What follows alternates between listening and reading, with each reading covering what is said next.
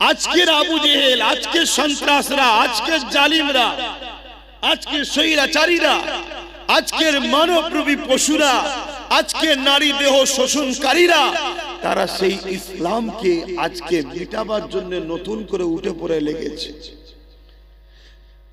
সেদিন এদেরই উত্তরসূরিরা ইসলামকে মিটাতে, নবীকে মিটাতে চেয়েছে, নবীকে তো মিটাতে পারেনি। কিন্তু আজকে সেই নবী রেখে যাওয়া মিশনটাকে মিটাতে চাইছে। আমি উম্মতে মুহাম্মাদের কাছে জানতে চাইছি, আমরা দুনিয়ায় নিজের বসের জন্য, নিজের কোম্পানির মালিকের জন্য, নিজের দলের জন্য, নিজের নেতা নেত্রীর জন্য, নিজের ভালোবাসার কোন ব্যক্তির জন্য আমরা কত লড়াই করি, কত জনের জন্য জীবন দিয়ে ফেলছি, যেখানে জীবন দিয়াটা আমাদের জাহান্নামে যাওয়ার কারণ হচ্ছে, কোরআন তার প্রমাণ দিচ্ছে, তাও আমরা জীবন দিয়ে ফেলছি। অথচ যে মুহাম্মদুর রাসূলুল্লাহ, সকলে বলুন সাল্লাল্লাহু আলাইহি ওয়াসাল্লামকে মহব্বত করাটাই হলো ঈমান। সেই রাসূলের দ্বীন আমাদের কাছে রাসূল রেখে গেছে। নবী বলছে আমি চলে যাচ্ছি, কিন্তু তোমাদের কাছে আমি তিনটে জিনিস রেখে গেলাম, কিতাবুল্লাহ, সুন্নতে রাসূলি ও আহলে বাইতি।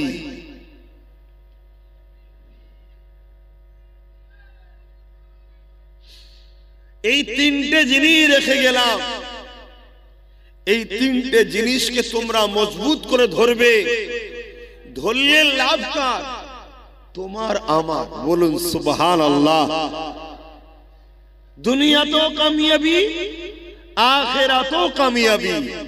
কিন্তু বড় দুঃখের বিষয়, আমরা কোরআন ভোলাও হয়ে গেলাম, হাদিস ও সুন্নাত ভোলা হয়ে গেলাম, আহলে রাসূলদের সঙ্গেও দূরত্ব তৈরি করলাম। আর আমরা ধরলাম কি? ধ্বংসের রাস্তা, বুরাই রাস্তা, শয়তানের রাস্তা, ইসলামের দুশমনদের রাস্তা, জালিম অত্যাচারীদের রাস্তা আমরা ধরে নিলাম।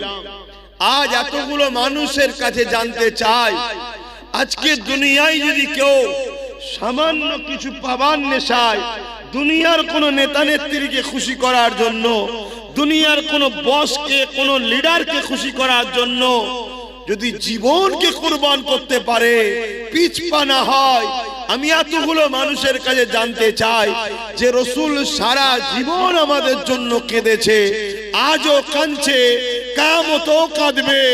সেই রাসূলের রেখে যাওয়া দ্বীনকে বাঁচাবার জন্য আমরা কি আমাদের জীবনটাকেও কুরবান করতে পারবো না? পারবো না? আমি একটু আওয়াজ দিয়ে শুনতে চাইছি। এটা তো আমাদের হওয়া উচিত। দেখুন, এই জিন্দেগি তো একদিন চলে যাবে। কত মানুষ চলে যাচ্ছে না, যাই না। আজ আমি আছি, কাল চলে যাব। আমার ভাই বসে আছে, একটা সময় এখানে এসে ইনার আব্বাজানও জিকির-আজকার করতেন, চলে গেছে। ইনার আব্বাজান যিনার কাছে বায়াত মুরিদ ছিলেন, আমার মুফতি আজম মেজর হুজুর পীর কেবলা, তিনিও চলে গেছেন। তিনার আব্বাজান জমানার মুজাদ্দেদ দাদা হুজুর চলে গেছেন। সুলতান হিন্দ গরিবে নওয়াজ, তিনিও চলে গেছেন। চলে তো সবাই যাবে, কিন্তু আজ আমাদের মিশনটা কি? আমরা দুনিয়ায় এসেছি, আমাদের মাকসাদটা কি? আমাদের মাকসাদ তো একটাই, যতদিন বাঁচবো মুহাম্মদ রাসূলের হয়ে বাঁচবো, মুহাম্মদ রাসূলের জন্য বাঁচবো, মুহাম্মদ রাসূলের দ্বীনের পাহারাদার হয়ে বাঁচবো। আর এর বিনিময়ে দুনিয়াতেও ইজ্জত পাবে, আখিরাতেও জান্নাত পাবে। জোরে বলুন সুবহানাল্লাহ। যারা রাসূলুল্লাহর হয়ে বেঁচেছে, রাসূলের দ্বীনের জন্য বেঁচেছে, রাসূলের দ্বীনের পাহারাদার হয়ে বেঁচেছে, তারা দুনিয়াতেও ইজ্জত পেয়েছে, আখিরাতেও ইজ্জত। আজ আমরা রাসূলের হয়ে বাঁচছি না, নবীর দ্বীনের হয়ে বাঁচছি না, নবীর দ্বীনের পাহারাদার করা ছেড়ে দিয়েছি। আজকে যাদের জন্য বাঁচতে চেয়েছি, তারাই আজকে আমাদের গলায় পা দিয়ে ডুবাচ্ছে। খেয়াল করে দেখো, আর রাসূলুল্লাহর হয়ে যে বেঁচে ছিল, নবীর দ্বীনের জন্য যে বেঁচে ছিল, খেয়াল করে দেখো আমার তোমার মুর্শিদ কিবলা জামানার মুজাদ্দিদ সাইয়্যিদুনা আবু বকর সিদ্দিক আল কুরাইশি ফুরফুরাবি আওলাদে রাসূল দাদা হুজুর পীর কিবলা 100 বছর হতে গেল, তিনাকে আজও কোটি কোটি কোটি কোটি মানুষ ভালোবাসছে। সেই সময়ও সেই শানওয়ালা ছিলেন, সম্মানওয়ালা ছিলেন, আজও শানওয়ালা আছেন, কিয়ামতেও শানওয়ালা থাকবেন, জান্নাতেও শানওয়ালা হয়ে যাবেন। কেন? তার মিশন একটাই ছিল, মুহাম্মদ রাসূলের গোলাম আমি। জোরে বলুন সুবহানাল্লাহ। তোমাদের বাচ্চাগুলোকেও জিজ্ঞেস করো তোমরা, সে হয়তো তার দাদর বাপের নাম বলতে পারবে না, কিন্তু দাদা হুজুরকে চেনে। আমার কথা কি বলা ভুল হলো? বলো। সে হয়তো তার নানার আব্বাকে চেনে না, দাদা হুজুরকে চেনে। কেন?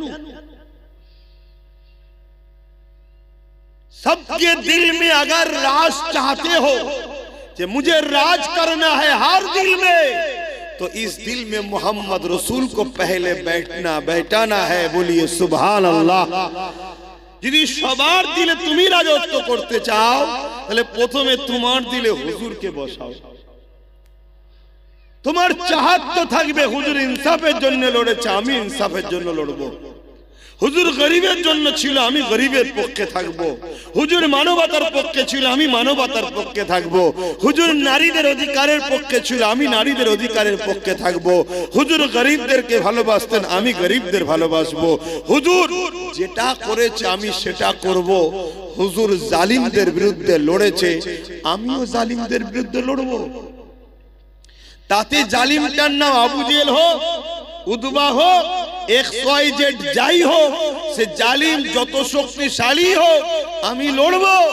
লড়তে গিয়ে যদি আমি শহীদ হয়ে যাই, কোনো পাওড়া নাই। আমার কপালে যদি শহীদ লিখা থাকে তবেই তো হব, যে লিখা না থাকে হওয়া যাবে? আল্লাহ যদি আপনাকে একটা গিফট দিতে চায়, কি সবথেকে দামি মৃত্যু, আপনি নেবেন না? আজীব মানুষ, এ তো খুব নসিবওয়ালারা পায় যে আল্লাহ কাউকে দিতে চাইছে, তোকে বেহিসাব আমি জান্নাত দেবো। তো বেহিসাব জান্নাতে যেতে গেলে এবং কবরে টাটকা থাকবি, তোকে খানাও দেবো, তার জন্য তো শহীদ হতে হবে। আল্লাহ তোমায় দিতে চাইছে, এটা তুমি নেবে না? আল্লাহ তোমাকে কিয়ামতের দিনে ফেরেশতাদের ঘরে দেখিয়ে ফখর করবে, দেখ এ ফেরেশতা, এই দেখ এই ছেলেটা আমার দ্বীনের জন্য লড়তে গিয়ে জেল খেটেছে, আমার দ্বীনের জন্য লড়তে গিয়ে কাজ গেছে, আমার দ্বীনের জন্য লড়তে গিয়ে মাথা ফেটেছে, আমার দ্বীনের জন্য লড়তে গিয়ে আমার হাবিবের পাশে দাঁড়াতে গিয়ে সমাজ একে বড় লাঞ্ছিত অপমানিত করেছে, এ হাজারো কষ্ট সহ্য করেছে, কিন্তু সাহাবাদের সুন্নত ছাড়েনি, মুহাম্মদ রাসূলুল্লাহকে ছাড়েনি, আমি আল্লাহ আমাকে ছাড়েনি। এ ফেরেশতারে, আজকের দিনে আমি একে জান্নাতের উঁচু মাকাম দান করতে চাই। জোরে বলুন সুবহানাল্লাহ। এটা ভাবো, ইসলাম কখনো শিখায়নি অন্য ধর্মের উপরে আঘাত দাও। ইসলাম কখনো শিখায়নি অন্য ধর্ম গ্রন্থের উপরে আঘাত দাও। ইসলাম কখনো শিখায়নি কারো ধর্মের বিষয়ে কুৎসা রটনা করো, কারো ধর্ম নিয়ে সমালোচনা করো। কিন্তু দুঃখের বিষয়, বারবার আমার ধর্মের বিরুদ্ধে একদল ধর্ম ব্যবসায়ী বলতে পারেন, জালিম স্বৈরাচারী বলতে পারেন, আমার ধর্মের বিরুদ্ধে আলোচনা করছে না, করেন। এর জন্য আমরা কি দোষী নয়? সমাজের ওই বাপটাকেই সবাই গাল পেড়ে যায় যার সাথে তার বাপের বেটার সাথে সম্পর্ক দূরত্ব হয়, যে ছেলে পুলে ওর কাজের নয়, তখনই তো হামলা করার সাহস পায় নাকি? তাহলে আজকে আমার দিনের উপরে বারবার আঘাত হচ্ছে, এর কারণ এটাই যে আমরা দিন থেকে দূরে সরে গেছি, জালিমরা বুঝতে পেরেছে।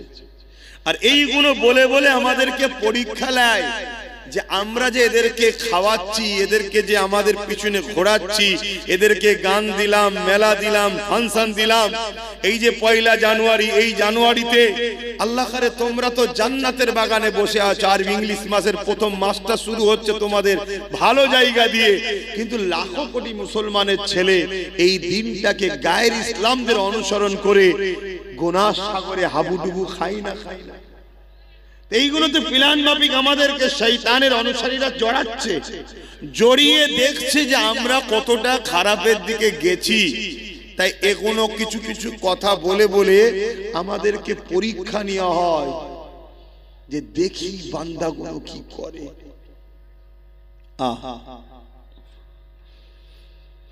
আজকে এত মুসলমান থাকার পরও এই বাংলার জমিনেতে যে কোরআনটা রাসূলুল্লাহর উপরে 23 বছর ধরে ধারাবাহিকভাবে নাজিল হলো, যে কোরআন রাসূলুল্লাহর উপরে প্রথম যখন নাজিল হয়েছিল, আল্লাহ নবীর গুহা থেকে এসে নিজের আহলিয়া আমাদের আম্মা জান হযরত খাদিজাতুল কুবরা রাদিয়াল্লাহু তাআলা আনহাকে বলেছিলেন, জাম্মালুনি জাম্মালুনি জাম্মালুনি, তিনাকে ঠান্ডা লাগতেছিল, কম্বল চাপা দিবার কথা। এ যুবকেরা, তরুণেরা, বাপেরা, আল্লাহ নবী নবী দয়ার উপরে বিয়ে পড়ে 23 বছর ধরে যে কোরআনটা ধারাবাহিকভাবে নাজিল হয়েছে, এই কোরআনের বিরুদ্ধে চক্রান্ত 1000 বছর ধরে চলে আসছে। কিন্তু যারা চক্রান্ত করেছে তারা একটা দিন বলতে বাধ্য হয়েছে, এই কোরআন কোনো মানুষের কথা নয়, এই কোরআন হলো মহান স্রষ্টার ঐশী বাণী।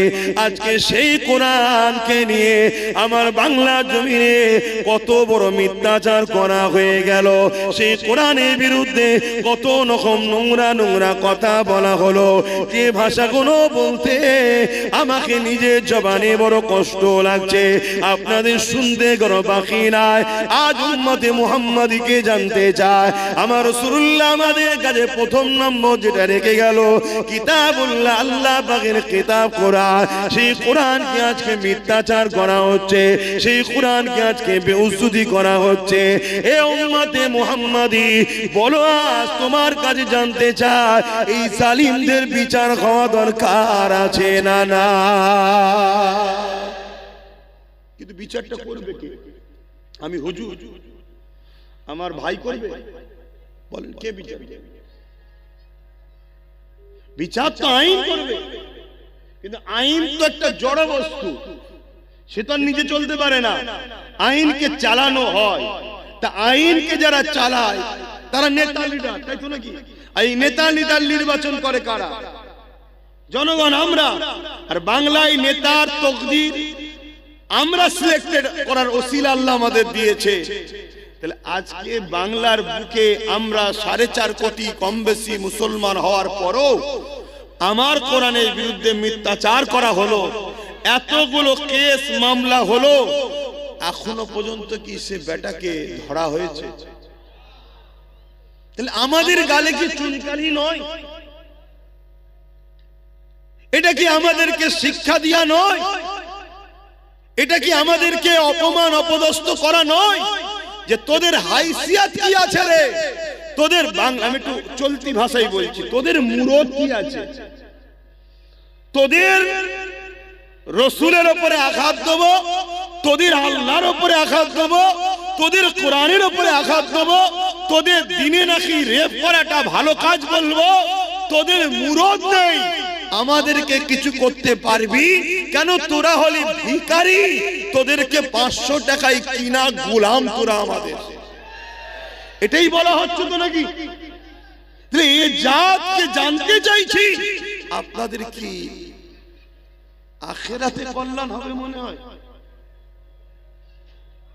কেন আল্লাহ তো প্রশ্ন করবে কিয়ামতের দিনে, বল জবাব দে যে আমার কোরআন নাকি 5 নম্বর আয়াত হিংসা ছড়িয়েছিল, কেউ বলেছে আমার কোরআন নাকি নাউজুবিল্লাহ মানুষের লেখা, আমার কোরআনের উপরে নাউজুবিল্লাহ এটা ওটা করা দরকার কেউ বলেছিল। বল তোরা আমার কোরআনের জন্য কি করলি? তোরা তো দুনিয়ার স্বার্থে কাউকে এক জায়গায় পৌঁছাবার জন্য তোরা মারপিট করেছিস, খুন করেছিস, যেটা আমার নিষেধ সব করলি, কিন্তু কোরআনের দুশমনরা যাদের শাস্তি পায় তার জন্য তোরা কি করেছিস বল? কি প্রশ্ন করা কি আল্লাহ পাক করবে না করবে না মনে হচ্ছে? তাহলে কি জবাব দেবেন? ওয়াজ অনেক হয়েছে ভাই, ওয়াজ করে করে করে করে মানুষের সমাজের হালচাল দেখে আমার এই বয়সেতেই শখ মিটে যাচ্ছে যে আর ওয়াজ করতে ভালো লাগছে না। কি হবে ওয়াজ করে? যদি টাকা ইনকাম করার শখ থাকে জলসা করার কোনো প্রয়োজন নেই। বিজনেস করলে অনেক টাকা, আদানি, আম্বানি, রিলায়েন্স, টাটা এরা কেউ জলসা করে বড় লোক হয়নি, সব বিজনেস করেই হয়েছে। ওজন জলসা করে আমরা আমাদের বাপ চাচাদের ঘরে তো দেখছি যা হাল, জলসা করে করে আমার বাপ চাচাদের ঘরে তো দেখে আসি তাদের হাল কি। রিসেন্ট এই 2-5-10 বছর হয়তো একটুখানি মানুষের মধ্যে একটা জিনিস হয়েছে, না হুজুরদের একটু মূল্যায়ন করা দরকার, আলেমদের মূল্যায়ন করা দরকার। না হয় আমার তো প্রথম জীবনে দেখা আছে রে বাবা। তবে এইটাও মাফ করবেন, এটাও আব্বাস সিদ্দিকীরই অবদান। এখন তো বিরোধী অনেকে করবে, এটাও আমার অবদান। না হয় সব জানা আছে। তো যাই হোক, সেটাই বলছি। আমার প্রশ্ন আপনাদের কাছে যে আল্লাহ আমাদেরকে তো জিন্দেগি দিল নবীর দিনের পাহারাদার হয়ে, আর রাসূল বললেন এই তিনটে রেখে গেলাম মজবুত করে ধরো। আজকে 4.5 কোটি মুসলমান থাকার পরও, আমাদের ভোটে সরকার গড়ার পরও আমাদের দুশ্মন সরকার বলছে সে তারও দুশ্মন, আমার কোরআনের নামে এত বড় মিথ্যাচার করলো, সংবিধানের 25 নম্বর ধারাকেও লঙ্ঘন করলো, এতগুলো কেস হলো, তারপরও তাকে এখনো ধরা হলো না কেন? কোন একটা জায়গায় আমার বলতে ইচ্ছা করছে আমাদেরই গাফলতি নেই তো, যে সরকার এটা জেনে যায় না তো যে মুসলমানগুলোর কাছে, এদের কাছে কোরআন আগে নয়, রাসূল আগে নয়, আল্লাহ আগে নয়, দ্বীন আগে নয়, এদের কাছে আমি যা বলবো তাই, আমি আগে। আমার ভাড়াটিয়া অনেক মোল্লা মৌলী সাহেব ছাড়া আছে, তাদের মাধ্যমে কিছু কিছু পাঠিয়ে দেবো, আর ঠিক সময় এলে ভয়টা দেখাবো, এগুলো আমাকে ছাড়া বাঁচার উপায় নেই, এমন কিছু ভাবছে না তো? কি গো, একটু আওয়াজ দেন না। এরকম কিছু ভাবার সুযোগ আমরা করে দিইনি তো? আমার কথা বুঝতে পারছেন তো? আমি একটু আগে আগেই উঠে পড়েছি, আমি তো আরো আগে উঠতাম। কেন এখন নো এন্ট্রি খুলে দিলে ব্রিজের কাজ হচ্ছে, রাস্তা প্রচুর জাম হয়ে যাচ্ছে। আগে আগেই ছেড়ে দেবো আপনাদেরকে, খাওয়া দাওয়া আগে আগেই হয়ে যাবে, চিন্তার কোনো কারণ নেই। আমার বোঝার উদ্দেশ্য এটাই, আল্লাহ তিনি আপনাকেও খাওয়াবে, আমাকেও খাওয়াবে। আমি যদি আল্লাহ বিরোধী হই, নাউজুবিল্লাহ, তার আগে মরণ দিক আল্লাহ, আমিন। আল্লাহ বিরোধীতে ঘরেও আল্লাহ খাওয়াবে। খাওয়াটা বড় ফ্যাক্ট নয়। যতদিন দুনিয়ায় হায়াত নিয়ে এসেছেন ততদিন থাকবেন, চলে যাবেন একদিন, এ কোনো বড় বিষয় নয়। আপনি আসেন, জি আমি বুঝতে পারছি, আপনি যান, আল্লাহ বড় বিষয় হলো, আমার কথা শুনছেন, আগে বুঝুন। এই কানে হাত দিয়ে শুধু ঘটনা বলেছে কিছু লাভ না। বড় বিষয় হলো আল্লাহ আমাদেরকে যে জন্য পাঠালেন, আমরা সেটা কি করতে পারলাম? কোনটা সত্য, কোনটা অন্যায়, কোনটা নাই, কোনটা মিথ্যা, এটাকে পার্থক্য করার জন্যই তো আল্লাহ পাক কালামুল্লাহ কোরআনকে পাঠিয়েছে। আজকে সেই কোরআনের উপরে যখন আঘাত হয়ে গেছে, এ যুবকেরা, তরুণেরা, বাপেরা, তাহলে আমরা কি করে আর দ্বীনের পক্ষে রইলাম? আজকে এতগুলো মুসলমান আমরা দুনিয়া জমিনে কোনো কাউকে জিতাবার জন্যে নিজের কওমের ভাইকে মারছি, কাউকে জিতাবার জন্যে কারো নামে কেস করছি, কাউকে জিতাবার জন্য কারো ঘরকে পর্যন্ত ভেঙে দিচ্ছে। আমরা মুসলমান একে অপরের বিরুদ্ধে লড়তে লেগেছে দুনিয়ার স্বার্থে, দুনিয়ার কোন দুশ্মনের রসুলের স্বার্থে, দুনিয়ার জমিনে কোন ইসলামের বিরোধী স্বার্থে আজ আমরা এক কাজ করে বেড়াতে লেগেছি। কিন্তু আজকে যখন প্রশ্নের চিহ্ন হয়ে গেছে, কোরআনের বিরুদ্ধে এমন জঘন্যতম কথা বলে দিল কোন এক জালিম, কিন্তু আজকে দিনে যার জন্য আমরা মুসলমান লড়াই করলাম, যার জন্য আমরা মুসলমান আল্লাহ বিরোধী কাজ করলাম, যার জন্য আমরা মুসলমান নিজের কওমের ভাইকে মারলাম, যার জন্য আমরা মুসলমান নিজের কওমের ভাইকে খুন করলাম, যার জন্য আমরা মুসলমান নিজের কওমের ভাইয়ের ঘরকে ভেঙে দিলাম, যার জন্য আমরা মুসলমান নিজের গ্রামের মধ্যে ফিতনা তৈরি করে দিলাম, আজকে দিনে জানতে চাই যার জন্য সব কিছু করেছো সে তোমার কোরআনের জন্য আজকে কি করছে বলো? বলো কি করছে? তাহলে কার পিছনে সময় দাও? তাহলে এ থেকে বোঝা যায় যার জন্য এত কিছু করলে সে নিজেও তোমার কোরআনের পক্ষে নয়। আমি মানার কথা বলছি না, মানে সে নিজেও ভেতর থেকে কোরআনেরই দুশমন। আর না হয় এত বড় মিথ্যাচার হলো, এত বড় সংবিধান বিরোধী কথা হলো, সে তো সংবিধানটাকে সামনে রেখেও আইনের আওতায় যেতে পারত, যে সংবিধান বিরোধী কথা হয়েছে কি এইদিকেও তো হাঁটতে পারত।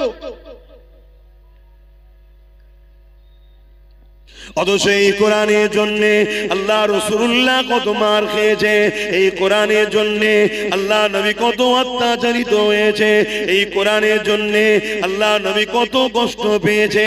এ যুবকেরা, তরুণেরা, বাপেরা, আল্লাহ নবী যখন তায়েফের জমিনে গিয়ে এই কোরআনের মেসেজকে শোনাবে বলে, কালামুল্লাহকে শোনাবে বলে আল্লাহ নবী যখন তায়েফের জমিনে গেল, তায়েফের মুশরিক জালিম অত্যাচারীরা ছোট্ট ছোট্ট বাচ্চাকে তাদের হাতে পাথর তুলে দিয়ে আমার রাসূলুল্লাহর বিরুদ্ধে লেলিয়ে দিল। আমার রাসূলুল্লাহকে দেখে তারা পাথর নিক্ষেপ করতে লাগলো। আমার রাসূলুল্লাহ যেখানে পাথর লাগে আল্লাহ নবীর শরীরের সেই জায়গা ফেটে রক্ত বেরোতে লাগলো। এ উম্মতে মুহাম্মাদি, রাসূলুল্লাহকে প্রেম করা হলো ঈমান, যার দিলে রাসূলুল্লাহর প্রেম নেই তার মধ্যে ঈমান নেই, যার মধ্যে রাসূলুল্লাহর আদব নেই তার মধ্যে ঈমান নাই, ঈমান কোনজার মধ্যে নাই, সে কোনদিন আল্লাহ পাকের জান্নাতে যেতে পারবে না। তাহলে একবার ভেবে দেখো, এই দ্বীনের জন্য রাসূল তায়েফে মার খেয়েছে, এই কোরআনের জন্য রাসূল তায়েফে মার খেয়েছে, এই কালামুল্লাহ প্রচার করতে গিয়ে আল্লাহ নবী তায়েফের জমিনে রক্তাক্ত হয়ে গেছে। এত মা জালিমরা মেরেছে, আল্লাহ নবী অজ্ঞান অচৈতন্য হয়ে তায়েফের জমিনে অজ্ঞানে পড়ে রয়েছে। জালিমদের সরদার গুণ আগিয়ে এলো, তারা আগিয়ে এসে আমার রাসূলুল্লাহ নাকের করে হাত দিয়ে দেখতে লেগেছে মুহাম্মদ রাসূল বেঁচে আছে না মরে গেছে। এই অবস্থা দেখে তারা আমার রাসূলুল্লাহর উপরে ওই অবস্থাতে আবার লাঠির আঘাত করে। এ উম্মতে মুহাম্মাদি, আজ তোমাদের ঈমান কোথায় গেল? আজ তোমাদের দ্বীন কোথায় গেল? আজ তোমাদের বিবেক কোথায় গেল? আমার রাসূলুল্লাহর মতো দরদি এই দুনিয়ার জমিনে কেউ আসেনি, আর কেউ আসবে না। আজ দুনিয়ায় যে নেতা নেত্রীর জন্য তুমি এত মারপিট করলে, এত কিছু করলে, যে জমি জায়গার জন্য এত কিছু করলে, এখনো তোমার দুনিয়া তো কাজে লাগবে না, আখিরাতেও কোনো কাজে লাগবে না। মনে রেখে দিও, কিয়ামতের দিনে কেউ তোমার পাশে দাঁড়াবে না, তোমার বাপ তোমার হবে না, তোমার মা তোমার হবে না, তোমার দাদা দাদি তোমার হবে না। অথচ যে রাসূলুল্লাহ তোমার আমার জন্য এই দিনের জন্য এত কষ্ট করলো, সেই রাসূলুল্লাহকে ভুলে গেলে কিয়ামতের দিনে একমাত্র যিনি উম্মতের পক্ষে দাঁড়াবে তিনি হলেন মুহাম্মাদুর রাসূলুল্লাহ। আরো জোরে বলুন সুবহান।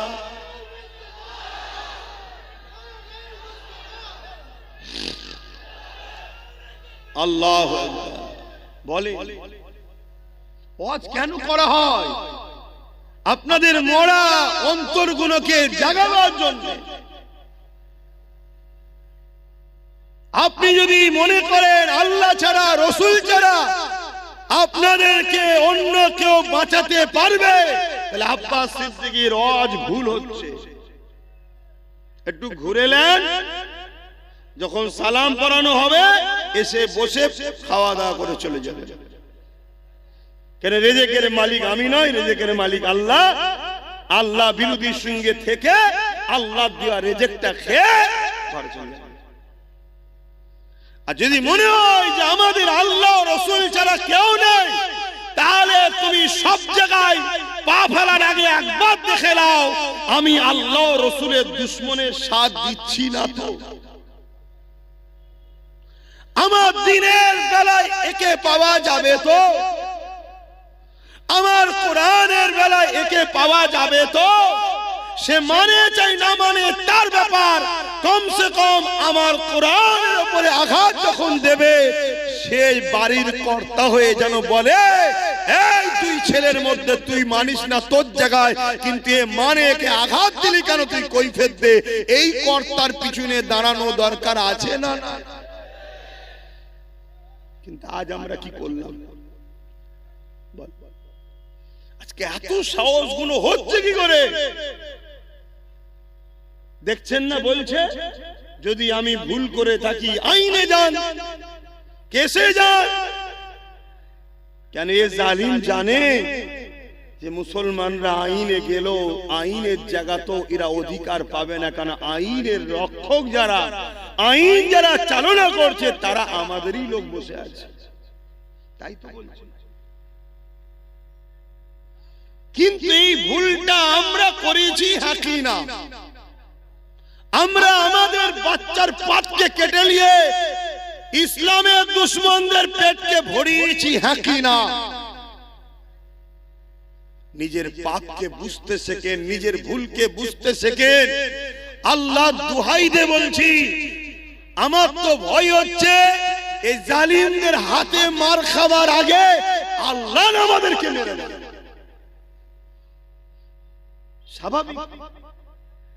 পাকিস্তানের বিরুদ্ধে আমার বর্ডারে কাশ্মীরে লোক লাগানো আছে, 11 লক্ষ কম বেশি সেনা দাঁড় করানো আছে। এরপরেও যদি পাকিস্তান হু করে আমার দেশ দখল করে, ওই 11 লক্ষকে তো মাইনেতে কোনো লাভ নেই, ওই 11 লক্ষ করে রেখে তো কোনো লাভ নেই, ঠিক না বেটি?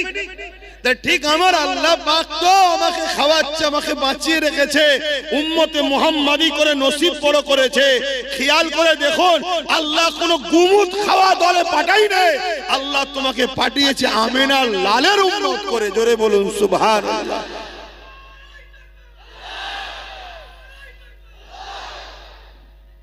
কতটা সৌভাগ্য আল্লাহ তোমার দিয়েছে, কিন্তু তুমি থেকে কোনো কাজ নাই।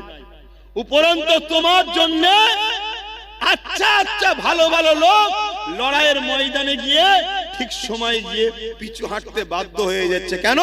তোমার আমার মতো মুসলিম সেজে কিছু গুন্ডা, কিছু দালালদের জন্য আজ আমরা বারবার পিছিয়ে যাচ্ছি না, যাই না? আল্লাহ পাক ছাড় দিয়েছে। আমার তো ভয় হচ্ছে আল্লাহর পক্ষ থেকে মার না এসে যায়, আল্লাহর পক্ষ থেকে শাস্তি না এসে যায় আমাদের উপরে। দেখেন আমার আলোচনা বুঝতে পাচ্ছেন কি জানি না, যদি বোঝেন এখনো সময় আছে। আজ কোরআনের বিরুদ্ধে বলেছে, কাল কোরআন ছিঁড়া হবে, পোড়ানো হবে, বেউজ্জতি করা হবে, আরো অনেক কিছু করা হবে। তুমি কিছুই করতে পারবে না আজ যেমন করতে পারোনি। কেন? তোমার হাতে সেই পাওয়ার নেই যে পাওয়ারে ওরা করছে। আমার আজ বুঝছেন তো নাকি? হ্যাঁ, লোক বলবে এই হুজুরটা ওটা ছাড়া কিছু বোঝে না। আমি সত্যিই বলছি, ওটা ছাড়া কিছু বুঝিনি।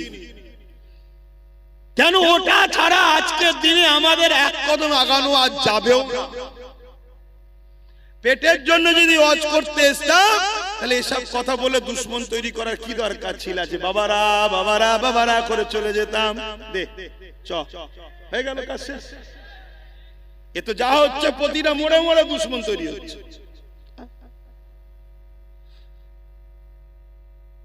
যদি এটার প্রয়োজন না থাকতো, তাহলে রাসূলুল্লাহ কেন দোয়া চাইতেন যে আল্লাহ আমাকে আপনি রাজ ক্ষমতাও দেন, মদিনায় গিয়ে নবী রাষ্ট্র কায়েম করলেন, রাষ্ট্র প্রধানও তৈরি হলেন। কেন?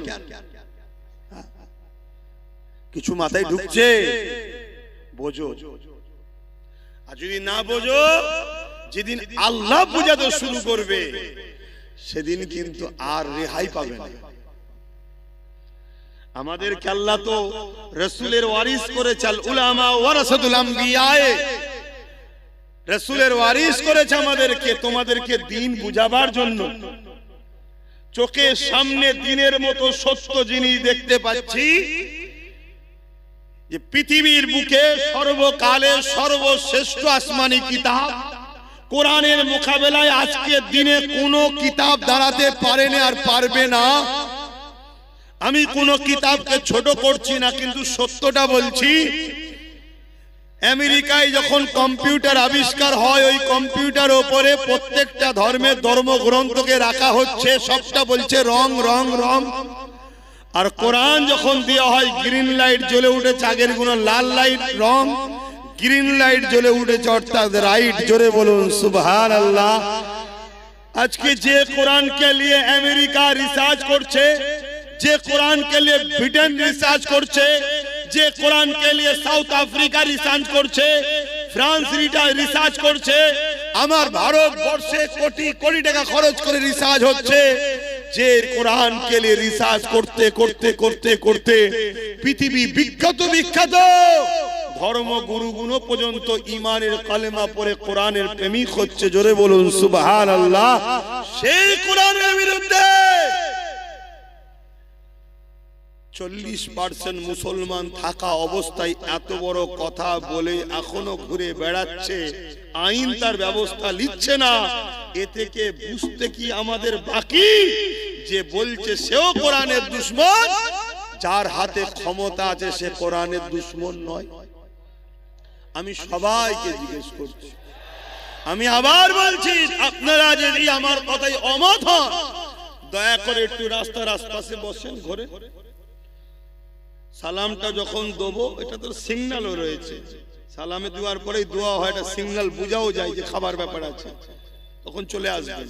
আমি খুলে বলছি কথা, আমি কাউকে ছোট করছি না। হাকিকাত যে বসে পড়েছি, ভাইজান দাওয়াত দিয়ে ডেকে নিয়েছে, কেন আমি প্রায় বলি জলসাটার সাথে আমি জড়িয়ে আছি, আপনারা আসবেন, দাওয়াত দিই তো নাকি, তা নিয়ে সেই সব কথা শোনাচ্ছে কেন? আমি কি শোনাবো আপনাকে বলুন তো? নামাজের কথা, রোজার কথা? আমার কোরআন অপমান হচ্ছে, তুমি মসজিদে গিয়ে সেজদায় পড়েছো? হ্যাঁ, তোমার মতো নামাজি 72টা দল জাহান্নামে যাবে নামাজ পড়ে, তুমি জানো না? আজকে কত নামাজি দল আছে, কত রোজাদারের দল আছে, হ্যাঁ, তাদের মুখে কোনো কথাও নেই, এত বড় কথা হয়ে গেল, এখনো কোনো প্রতিবাদ নেই। এ থেকে তো বুঝে নিতে হবে যে রাসূলুল্লাহ বলেছে আমার উম্মতের মধ্যে 73 দলে বিভক্ত হবে, 72টা দল জাহান্নামে যাবে, একটা জান্নাতে থাকবে। 72 দলেই নামাজ রোজা, 73 দলেই নামাজ রোজা, হজ যাকাত দাড়ি টুপি সব থাকবে, এরপরও জাহান্নামে যাবে। কেন? তাদের অন্তরে ঈমান থাকবে না। যার অন্তরে কোরআনের পক্ষে প্রেম নেই, কোরআনের নিয়ে এত বড় কথা হচ্ছে, দুটো কথা বলার যার সময় নেই কোরআনের পক্ষে, এবং কোরআনের দুশমনদের ঘরে উম্মতে মুহাম্মাদীকে চিনাবার যাদের সময় নেই, তারা কিসের ঈমানদার? তাদের কিসের নামাজ? তাদের কিসের রোজা? তারা কিসের সমাজের স্কলার, কিসের বক্তা, কিসের হুজুর, কিসের পীরজাদা? আমি তো বুঝতেই পারছি না। আমার খদ্দরা কেন তো বুঝতে পারছি না, আপনারা বুঝতে পারছেন? আমি তো শুনেছি নাকি অনেক বড় বড় সব ইমাম অ্যাসোসিয়েশন, অমুক অ্যাসোসিয়েশন, অমুক কমিটি, তমুক কমিটির সঙ্গে ডাইরেক্ট নাকি রাজ্য সরকারের সব যোগাযোগ আছে, মাঝে মাঝে সব বসে আর করে। এত কমিটি ফমিটি তারা বলতে পারছে না যে 24 ঘন্টার মধ্যে যদি না ধরেন তাহলে আপনার সঙ্গে আগামী দিন আর বসা যাবে না, কেন বসলেই জাতি বলবে এরা ইমাম হতে পারে কিন্তু এরা কোরআনের দুশমন। কই কেউ কিছু বলছে না কেন? অনেকে বলে আমি ফোন করলে আমার ঘরে চলে আসবে। কি আমার কথা কিছু বুঝছেন? আমার কিছু বলা ভুল হচ্ছে? দেখেন, যদি কারো মনে হয় যে না আপনার ভুল হচ্ছে, আমি তাকে বলবো আপনার সাথে আমার চলা সম্ভব নয়। আপনি আপনার রাস্তা আলাদা করলেন, আমার রাস্তা আলাদা, তাতে আমার চলার পথে যদি কেউ নাও থাকে আমি একাই চলবো। যদি বলে একা কি করবেন, আমি তো কোনোদিনই কিছু করতে পারিনি, সবটাই তো আমার আল্লাহ করে, আমি তো শুধু চেষ্টা করছি। আজানটা হয়ে যায়। আল্লাহ ছাড়া কারো কাছে কিছু চান নাকি আপনারা? যে কিন্তু আজ মুসলমানের সংখ্যা অনেক হয়ে যাওয়ার পরও আমরা আজকে লাঞ্ছিত অপমানিত হচ্ছি। এর কারণ হচ্ছে আমাদের মধ্যে মুনাফিক গাদ্দার ঢুকে গেছে, যারা আমাদেরকে সংগঠিত এক হতে দেয় না। দ্বিতীয় নম্বর, আমাদেরকে আগালে ভেতরে ঢুকে হয় গুলিয়ে দেয়, নচেত মনোবলকে ভাঙিয়ে দেয়। দেখো, আমার ডিউটি আপনাদেরকে বোঝানো। আমি জানি আমি কোরআনের পক্ষে থাকার জন্য কেন্দ্র সরকার ও রাজ্য সরকার উভয় আমার দুশমন হয়েছে। যেমন গত 2-3 দিন আগে কেউ কোরআনের বিরুদ্ধে বলল, তার অনেক আগে রাজ্য সরকারও কোরআনের বিরুদ্ধে বলেছে। বলেছে না বলেন? বলেছে কোরআন শেষ হয়ে যাবে আমার উন্নতি। এটা কি বিরোধী নয়? এটাকে কোরআনকে অপমান করা নয়? এটাকে কোরআনের বিরুদ্ধে কথা নয়? আপনি কোরআন মানেন না, এটা আপনার বিষয়। আমরা জোরও করি না যে আপনি কোরআনকে মানুন, কিন্তু আমি মানি। আপনার যেমন কোন একটা ধর্ম আছে পছন্দ, ওটা আপনার পছন্দ, আমি মানি না, কিন্তু আমি আপনার ভালোবাসাতে আঘাত দিতে পারি না। আর এই শিক্ষাটা আমার কোরআন আমায় দিয়েছে। জোরে বলুন সুবহানাল্লাহ। আপনার ধর্মগ্রন্থ আপনাকে কি শিখিয়েছে আমি জানি না, কেন কোন ব্যক্তি ভুল করলে ধর্মগ্রন্থকেও টানার আমার ধর্ম আমাকে শিক্ষা দেয় না। এজন্যই তো কোরআন শ্রেষ্ঠ। আরে প্রতিটা ধর্মগ্রন্থ সংযোজন সংশোধন সময়ের সাথে সাথে চেঞ্জ হয়েছে, কিন্তু কালামুল্লাহ কোরআন 1500 বছর ধরে চেঞ্জ তো দূরের কথা, জের জবর পেশ নুকতাকেও কেউ সরাবার ক্ষমতা রাখে না। জোরে বলুন সুবহানাল্লাহ। কেন? এটা কোনো মানুষের নয়, এটা কোনো মানুষের মত নয়, মানুষের কিতাব লেখা নয়। এটা হলো একমাত্র স্রষ্টা রব্বুল আলামিনের পক্ষ থেকে এসেছে মানুষ জাতির জন্য গাইড বুক। আমরা চলবো কিভাবে মানুষ জাতি, সেই গাইড বুক আমাদের স্রষ্টা বানিয়েছে। মানুষ কখনো মানুষকে গাইড দিতে পারে না। এই মাইক্রোফোন যে তৈরি করেছে সে সব থেকে বেশি জানে। এই বক্স, এই মেশিন, এই ঘড়ি, এই মোবাইল, যে কোম্পানি, যে ইঞ্জিনিয়ার তৈরি করেছে সে সব থেকে বেশি ভালো জানে। তাই প্রতিটা জিনিসের সঙ্গে একটা নোটবুক দেয়, কোনটা এর জন্য শুট করবে, কোনটা শুট করবে না। মানুষকে যিনি সৃষ্টি করেছে তিনিও আমাদের জন্য গাইড বুক পাঠিয়েছেন, সেটা হলো কোরআন শরীফ। জোরে বলুন সুবহানাল্লাহ।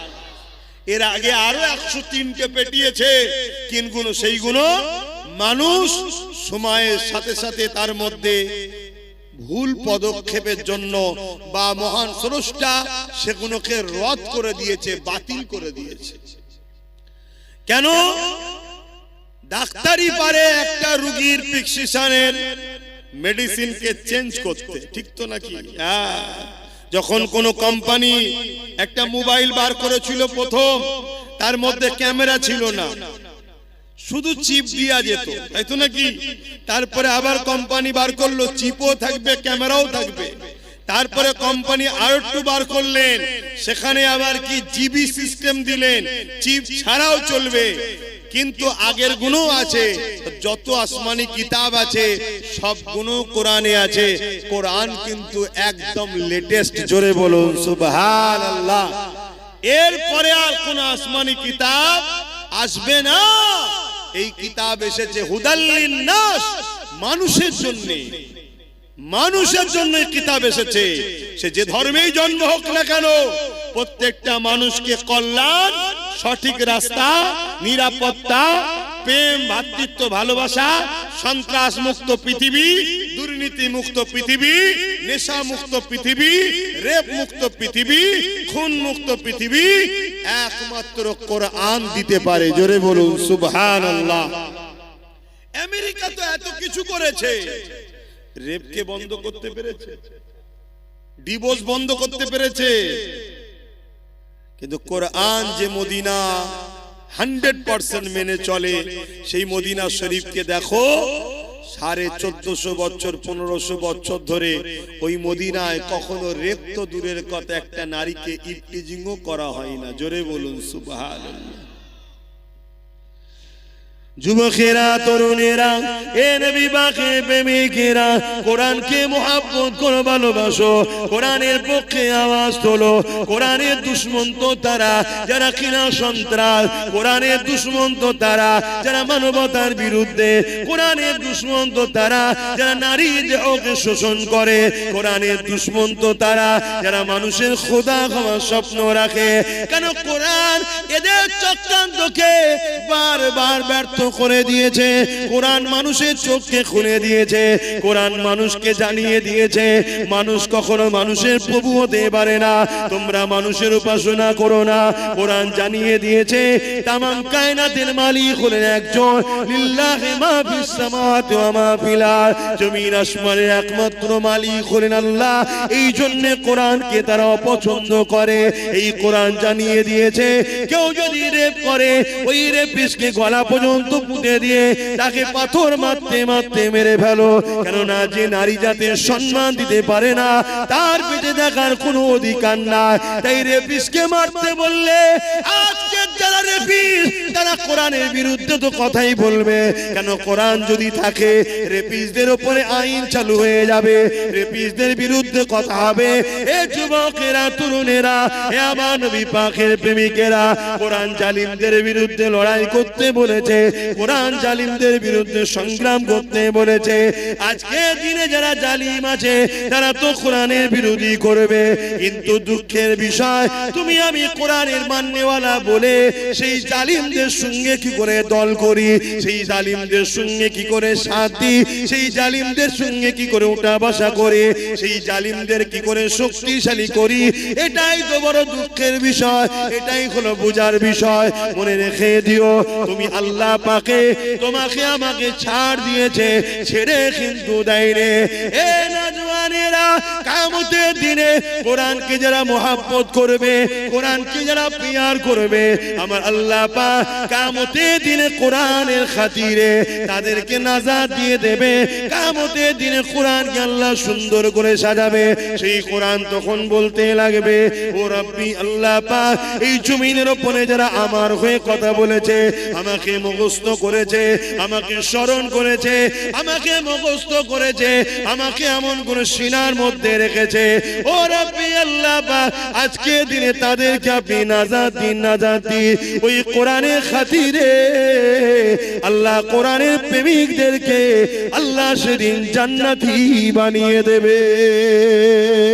আরো জোরে বলুন সুবহান।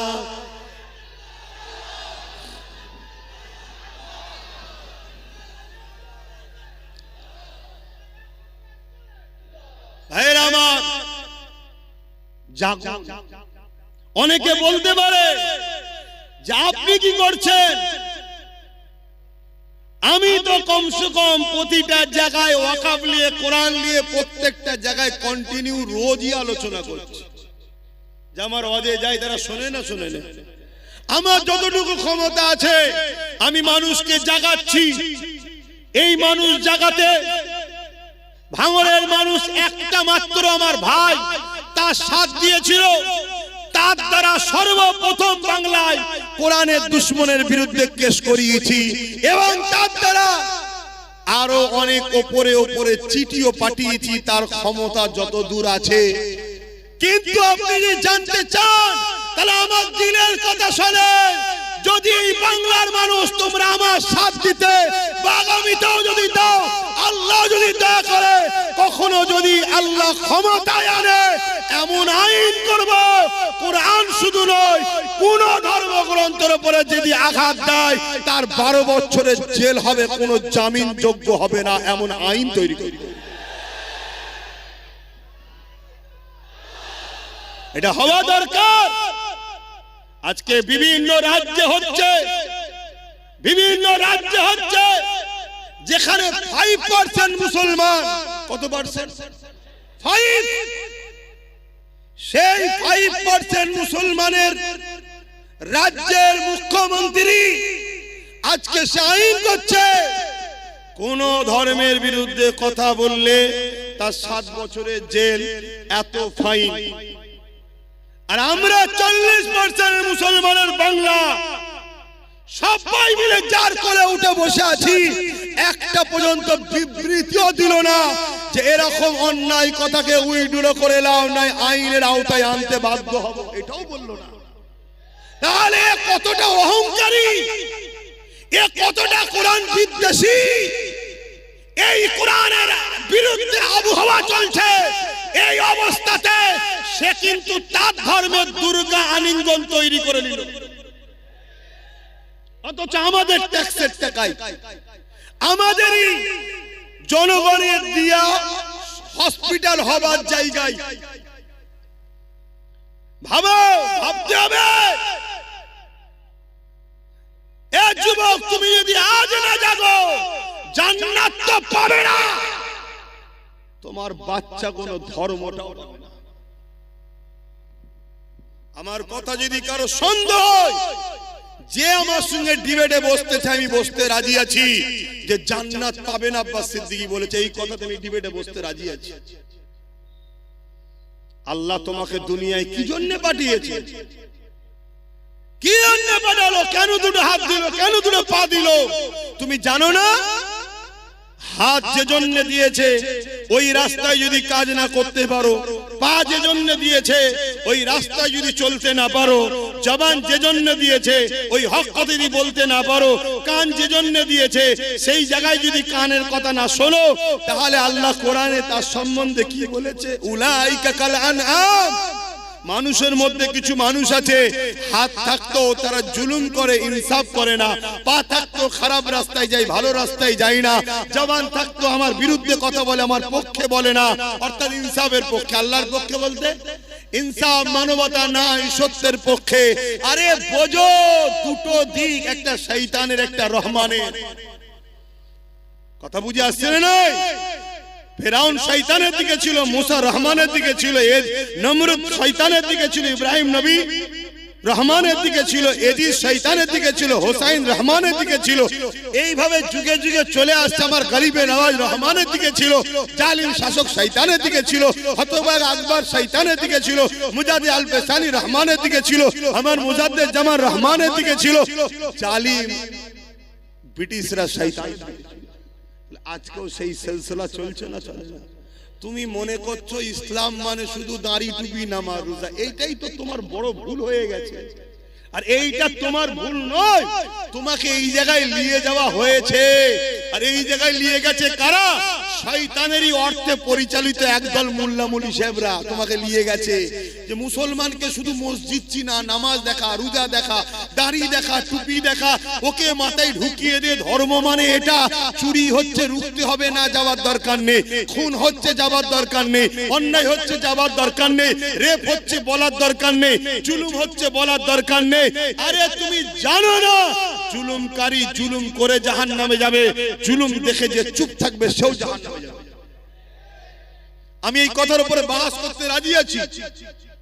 তোমাদের ঈমানকে মজবুত করার জন্য বলছি যে আব্বাস সিদ্দিকীর এরই ফজকে মতো হুজুর কি বলছে হয়তো মনে হতে পারে কারো, অত বড় বড় সব রয়েছে, হ্যান রয়েছে, তান রয়েছে। আমি এই কথাই বাস করতে রাজি আছি। ইসলাম যুগে যুগে অন্যায় সাম্রাজ্যকে মিটিয়ে দিয়ে সর্বধর্মের মানুষের মুখে হাসি ফুটিয়েছে। এর নাম হলো ইসলাম। ইসলাম কখনো কোন ধর্মের উপরে জোর করেনি, কোন ধর্মের বিরুদ্ধে লড়াই করেনি। ইসলাম যতবার লড়াই করেছে সন্ত্রাসদের বিরুদ্ধে, জালিমদের বিরুদ্ধে। আজকে দেখা যাচ্ছে অনেক মন্দিরের পিছনে হাজার হাজার লাশ পাওয়া যাচ্ছে, যাচ্ছে না যায় না? এখন তার বিরুদ্ধে লড়াই করার ইজাজত ইসলাম দিয়েছে। কিন্তু যখনই লড়াই করতে যাবে কেউ যদি বলে ইসলাম হিন্দুদের বিরুদ্ধে, এটা হলো চরম একটা অন্যায়। ইসলাম হিন্দুদের বিরুদ্ধে নয়, ইসলাম খ্রিস্টানদের বিরুদ্ধে নয়, ইসলাম ওই যে ধর্মের নামে যারা নারী দেহ শোষণ করেছে তার বিরুদ্ধে। কথা শুনছেন না শোনেন? হ্যাঁ, আজকে কোন বাবা বলবে যে নারী হলো মজা করার জিনিস। দেখলেন না কিছুদিন আগে মিডিয়াতে বলছিল, দেখেছেন না? দেখেন একটু হ্যাঁ কি না বলেন, নারী কি মজা করার জিনিস?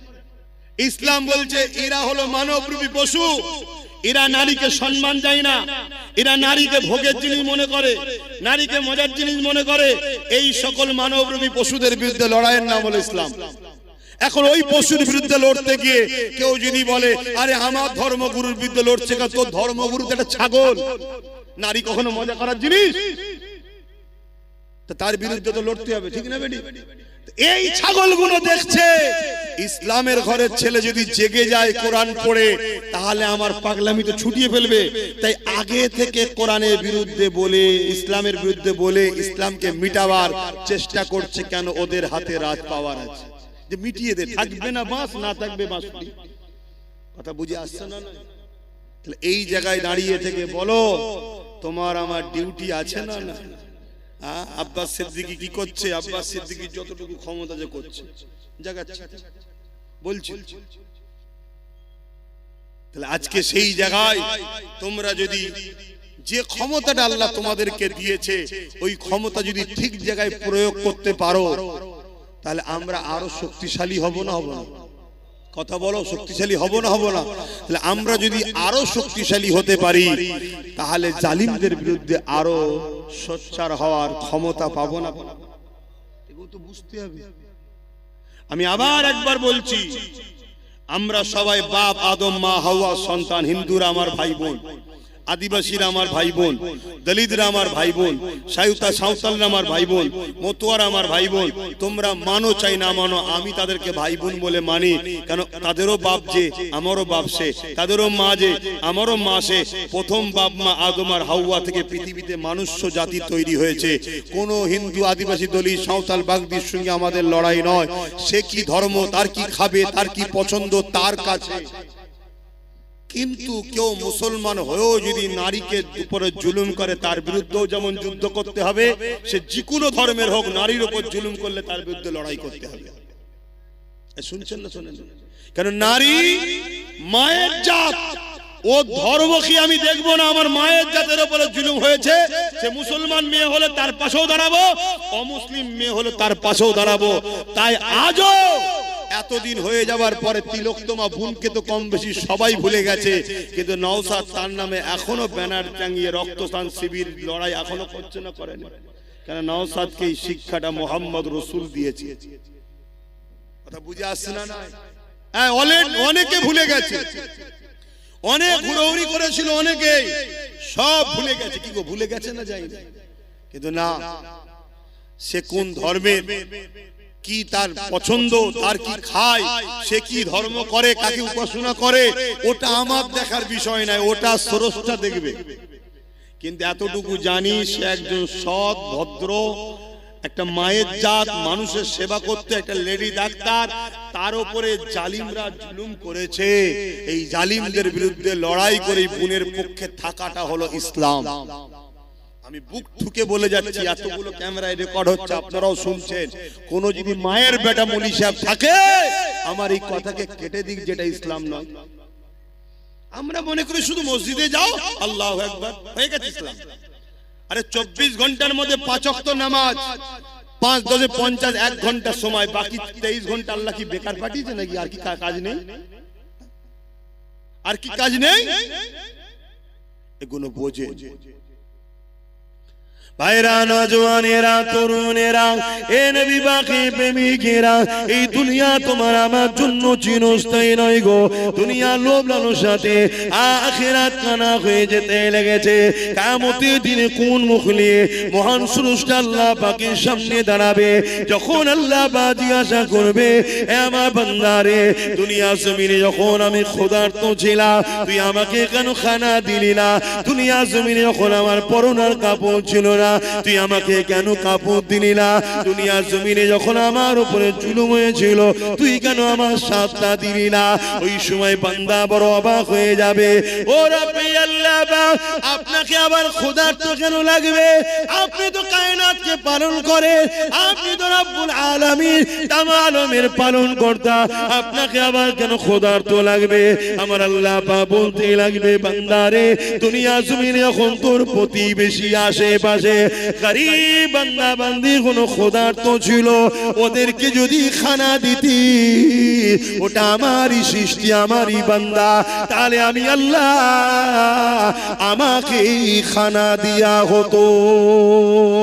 ওরে আমার বান্দা বান্দিরে, দুনিয়া জমিনে যখন কোন গরীব অসহায় এতিমের পরনে কাপড় ছিল না, তুই যদি তাকে কাপড় দিতি, ওটা আমার বান্দা আমাকেই দিয়া হতো।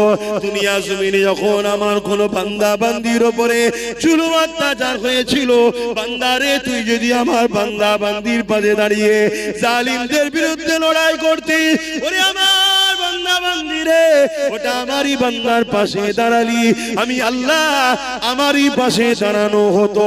হ্যাঁ বান্দা আমার কোনো প্রয়োজন না, কিন্তু আমার বান্দাকে ভালোবাসবি তুই। তাই রাসূলুল্লাহ জানিয়ে দিলে, আল্লাহ পাকে যদি দয়া পেতে চাও, আল্লাহর বান্দাদের উপরে দয়া করো, আল্লাহর সৃষ্টির উপরে দয়া করো। সে হিন্দু হতে পারে, সে বিপদে পড়লে তার উপরে দয়া দেখাও। কেউ আদিবাসী হতে পারে, সে মুসিবতে পড়লে তার উপরে দয়া দেখাও। কেউ গরিব যে কোনো ধর্মের হতে পারে, তার পাশে দাঁড়াও। এর নাম হলো ইসলাম। ইসলাম কখনো জুলুম করা শেখায় না, কিন্তু ইসলাম বলেছে জালিমদের বিরুদ্ধে মজবুত হয়ে লড়াই করো। আজকে আমি দেখতেছিলাম সোশ্যাল মিডিয়ায়, এমন কোন একটা আইল্যান্ড রয়েছে কোন একটা দেশে, ওই দেশে আইল্যান্ডের মধ্যে 13-14 বছরের ছোট ছোট মেয়েগুলোকে তুলে নিয়ে যে বন্দী করা হয়, এবং ওই মেয়েদের ঘরে ইনজেকশন দিয়ে বিভিন্ন নেশা দিয়ে পৃথিবীর বিখ্যাত বিখ্যাত দেশের রাজা মন্ত্রী সেলিব্রিটি যাদেরকে বলা হয়, ওই 13-14 বছরের মেয়েগুলোকে ওই আইল্যান্ডের মধ্যে নিয়ে যে শোষণ করে। আজকে মুসলিম শুধু নয়, মানবতাকে জিজ্ঞাসা করি, যারা বাচ্চা বাচ্চা মেয়েদের ঘরে 13-14 বছরের মেয়েকে তুলে নিয়ে যে আইল্যান্ডের মধ্যে নিজের নফসের খিদে মিটাবার জন্য, নিজের হাবাসকে মিটাবার জন্য, নিজের শরীরের চাহিদা মিটাবার জন্য এই ফুটফুটে বাচ্চা মেয়েগুলোকে ইনজেকশন দিয়ে নেশা দিয়ে দিনের পর দিন শোষণ করে, রেপ করে, পরবর্তীতে তাদেরকে মেরে দেয় বা মরে যায়। কত অত্যাচার না হয় বলো, এদেরকে মেরে দেওয়া দরকার আছে না? না, এটাই ইসলাম বলেছে। জালিমদেরকে যেখানে পাবে, এমন করে মুশরিক জালিমদেরকে যেখানে পাবে তাদেরকে হত্যা করো। কেন সেই সময়ে ওই জালিমদের চরিত্র এমন ছিল, বাজারে নারীদেরকে নিলামে তুলতো, বাচ্চা বাচ্চা কন্যা করে জ্যান্ত মেরে দিত। এ আজকের জালিমরা শোন, তোরা আজকে সেই জালিমদের জালিম প্রমাণ দিয়ে দিলি, কোরআনের বিরোধী করে প্রমাণ করলি। আজকে দিনে তোরা হলি সেই নারীর শোষণ, সেই দিনে যেমন ছিল আজকে দিনে তোরা তার প্রমাণ দিলি। তাই কোরআন কখনো জুলুম করতে শেখায় না, কিন্তু কেউ যদি জুলুম করে তাকে মাফ করতে শিক্ষা দেয় রে।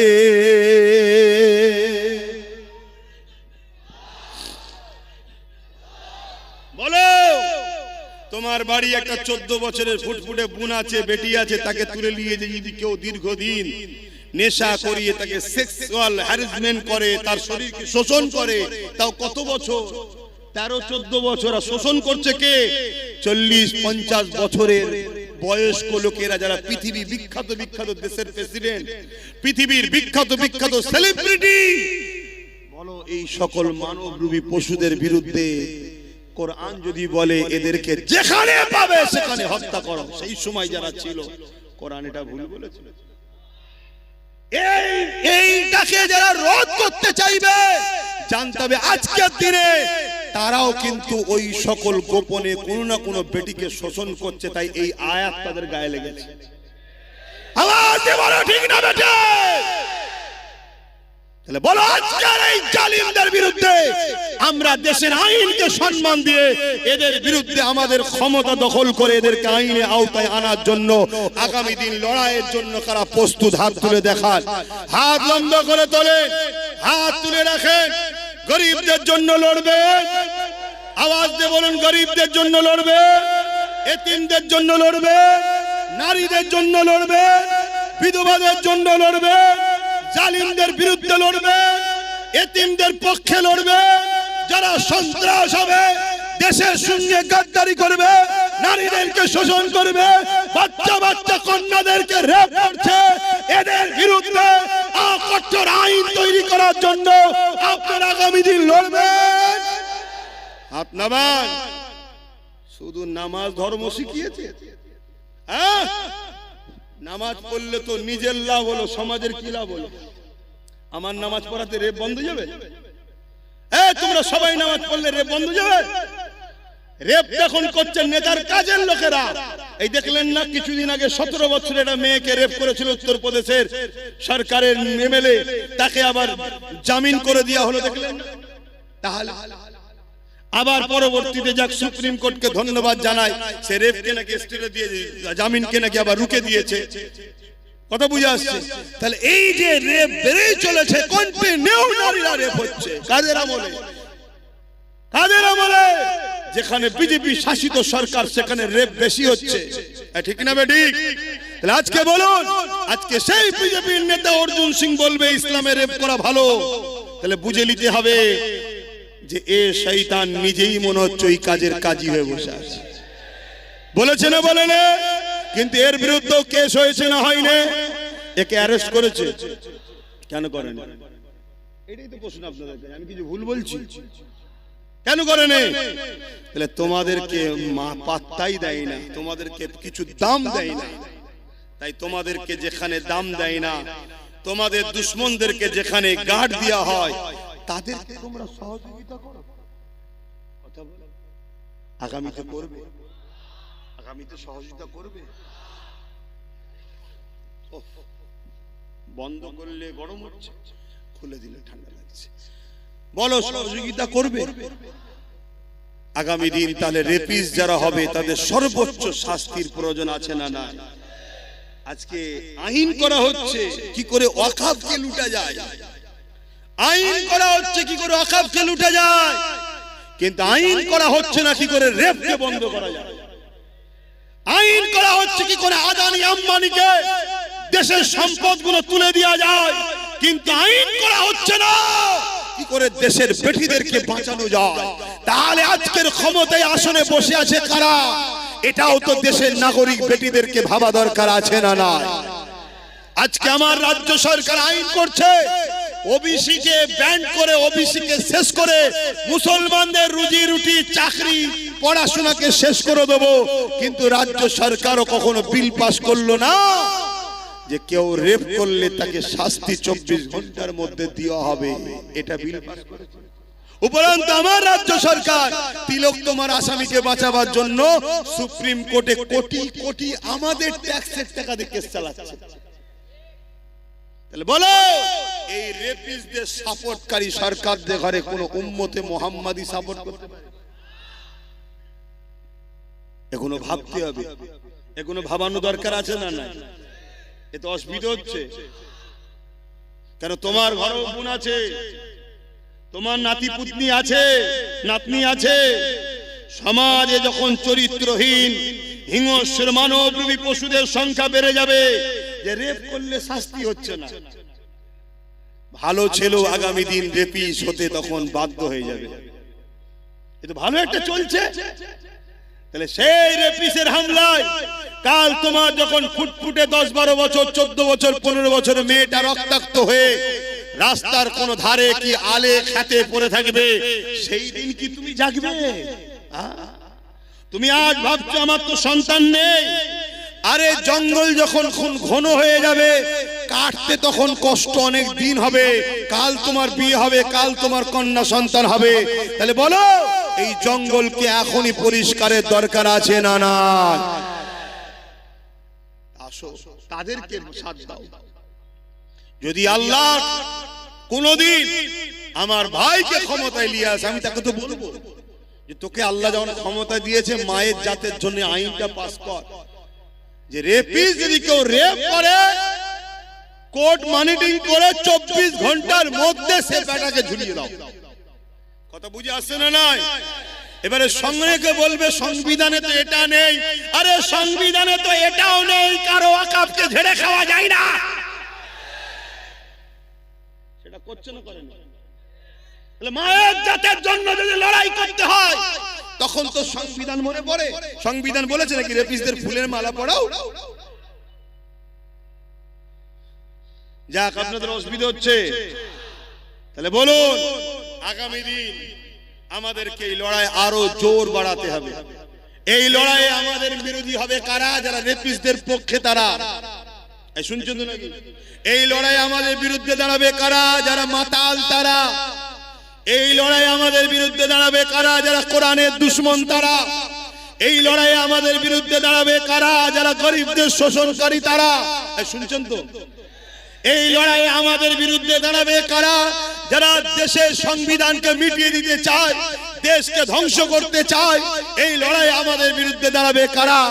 যারা মানবতার বিরুদ্ধে, সভ্যতার বিরুদ্ধে, ইনসাফের বিরুদ্ধে, গরিবের বিরুদ্ধে, এতিমের বিরুদ্ধে, অসহায়ের বিরুদ্ধে। তাদের সঙ্গে আমাদের লড়াই হবে। তোমার আমার পাড়াতেও এরকম গাদ্দার মুসলমান থাকলে থাকতেও পারে। তাদের বিরুদ্ধে লড়াই করতে গিয়ে তোমার আমার হাত কাঁপবে না তো? আওয়াজ দিয়ে বলো, কাঁপবে না তো? ওই বাচ্চা বাচ্চা কন্যাগুলোর কথা ভাবো, যেগুলো তোমাদের এসেছে বা আসবে। ভাবো কত বড় লজ্জার কথা, একটা মহিলা মুখ্যমন্ত্রী হয়ে কোন জায়গায় রেপ হলে তার রেড দিচ্ছে। এটা কি লজ্জার কথা নয়?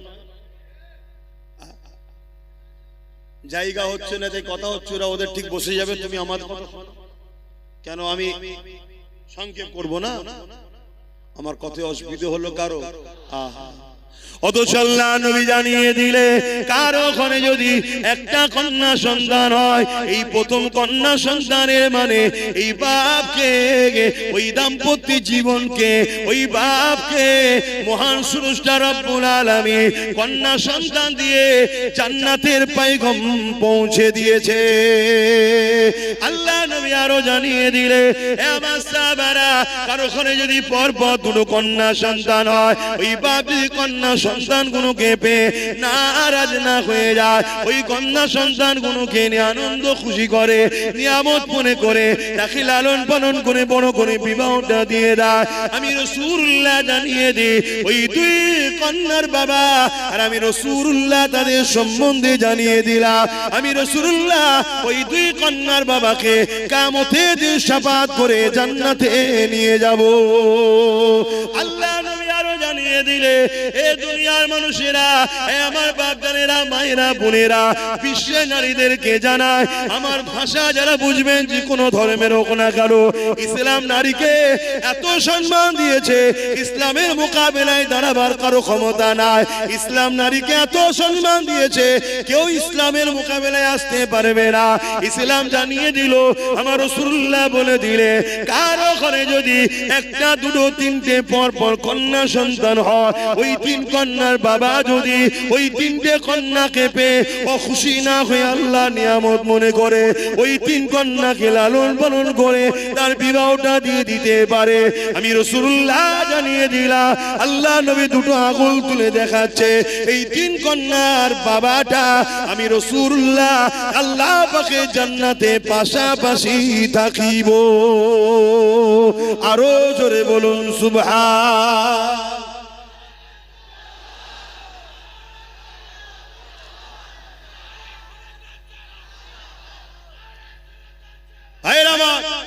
ভাবতে হবে সেই ইসলামের উপরে মিথ্যাচার হচ্ছে কি? ইসলামে নাকি রেপ করা ভালো। যে ইসলাম নারীকে এত মর্যাদা দিয়েছে, একটা একটা নারী একটা একটা জান্নাত, বলুন সুবহানাল্লাহ। যে ইসলাম নারীকে এত মর্যাদা দিয়েছে, আল জান্নাতু তাহতা আকদামুল উম্মাহাত, প্রত্যেকটা পুরুষের জান্নাত নারীর পায়ের তলায়, সেই নারীটা হলো সেই পুরুষের মা, জোরে বলুন সুবহানাল্লাহ। যে ইসলাম নারীকে এত মর্যাদা দিয়েছে, শ্রেষ্ঠ পুরুষ ওই ব্যক্তি যাকে তার স্ত্রী সার্টিফিকেট দেয়, নারী হলো স্ত্রী সার্টিফিকেট দেয় যে আমার স্বামী ভালো, সে হলো শ্রেষ্ঠ পুরুষ। ইসলাম নারীকে এত মর্যাদা দিয়েছে, সেই ইসলামের উপরে মিথ্যাচার করছে, এর কারণ একটাই, এরা জেনে নিয়েছে পাওয়ার আমাদের হাতে। তাই বলে যাচ্ছি, আব্বাস সিদ্দিকী কি করছো কেউ যদি জানতে চাও, কোনদিন যদি আমাদেরকে ক্ষমতা দাও, এই নারী বিদ্বেষীদের ঘরে তুলে নিয়ে যায় এদের পাঁচা প্রশাসন দিয়ে লাল করে ছেড়ে দেওয়ার ক্ষমতা আমরা রাখি। আল্লাহু আকবার, জিন্দাবাদ জিন্দাবাদ, ইয়া রাসূলুল্লাহ ইয়া রাসূলুল্লাহ, আল্লাহু আকবার। নারীদের পক্ষে আছি তো নাকি? নারী বিদ্বেষীদেরকে প্রশাসন তুলে নিয়ে যে আইনের আওতায় এনে পাঁচা লাল করুক, এর পক্ষে আপনারা কি নয়? জোরে বলুন, হাত তুলে বলুন, পক্ষে নয়। কিন্তু প্রশাসন আমার আপনার কথা শুনবে কেন? আমি আপনি তো কে? উপরন্তু আমি আপনি যদি কোন রেপিসের পক্ষে, রেপিসের বিরুদ্ধে নাবি, ও মানে মজলুম নারী যে রেপ হয়েছে, সেই অসহায় বোনের পক্ষে যদি আমরা নাবি, প্রশাসন তোমাকে আমাকে মেরে তুলে দেবে। কেন? প্রশাসন এখন রেপিসদের হাতে কন্ট্রোল। ভাষাটা কি খারাপ লাগলো? প্রশাসন বন্ধুদের কিছু করার নেই, তারা চাকরি করছে। তারা বলছে জনগণ দেখে দেখে এই রেপিসদের ঘরেই বসিয়েছে, শিক্ষিতদের বসাই নেই। এক কথা মাথায় ঢুকছে? তাহলে বলো, পাপ একজন করে, সে যেমন পাপ করে জাহান্নামে, পাপীকে কেউ যদি পাপ করার ক্ষমতা যোগায়, সে কি জাহান্নামী নয়? কি বলছি শুনছো? একটু বোঝো, একটু জাগো, একটু দেখো। আজও নবী আমার মদিনা জমিনে তোমার আমার জন্য কাঁদতেছে। সেই নবী পাকের দ্বীন ইসলাম তোমার আমার কাছে রেখে গেছে। এ যুবকেরা, তরুণেরা, তোমার আমার কি দায়িত্ব নয় সেই রাসূলুল্লাহ দ্বীনের জন্য ভাবা? অসুবিধা হচ্ছে নাকি? জায়গা হচ্ছে না তো একটু চাপাচাপি করা যাবে? আর কোন লাইন নেই? বলছে পিছিয়ে আছে, কম বক্তা বলবি তো এগিয়ে আছে, হবে না? এই কি বলছো? অসুবিধা হচ্ছে? কিন্তু আমার একটা তো টেনশন মাথায় আছে, আমার একটা মাথায় টেনশন আছে। কি টেনশন বলেন তো? গতবারে 250 জন 1000 করে দিয়েছিল এই মাহফিলটা হওয়াতে, দিয়েছেন না দেন না? এই বছর আপনারা দিবেন না?